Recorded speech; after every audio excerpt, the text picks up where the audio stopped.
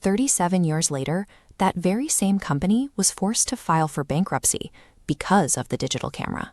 By the mid-1970s, Kodak held a near monopoly on American photography. They controlled exactly 90% of the domestic film market, pulling in over $6 billion in annual revenue. Their empire ran on a highly refined version of the razor and blade strategy. Kodak sold the cameras themselves at a low cost, sometimes barely breaking even, because the physical camera was just a hook to lock consumers into a lifelong cycle of buying film, paper, and processing chemicals. To understand why that strategy was so powerful, look at this bar chart comparing profit margins.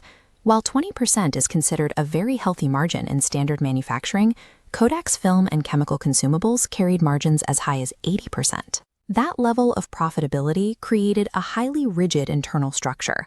When an industrial machine generates billions in near-guaranteed recurring revenue, any alternative business model looks like a financial downgrade by comparison. In the summer of 1973, Kodak hired a 24-year-old electrical engineer named Stephen Sasson.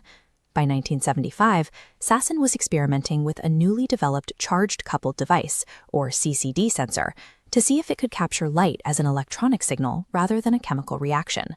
After 2 years of work, Sasson assembled this, the world's first portable digital camera. It was an 8-pound jury-rigged box powered by 16 nickel-cadmium batteries and held together by half a dozen custom circuit boards. The technical specifications matched the rough exterior. It took 23 seconds to record a single 0.01 megapixel black and white image onto a standard cassette tape.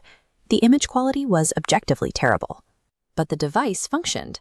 It successfully proved that a photographer could capture and store an image without ever needing a single millimeter of film. When Sasson demonstrated his prototype to Kodak's executives, their reaction was entirely dismissive.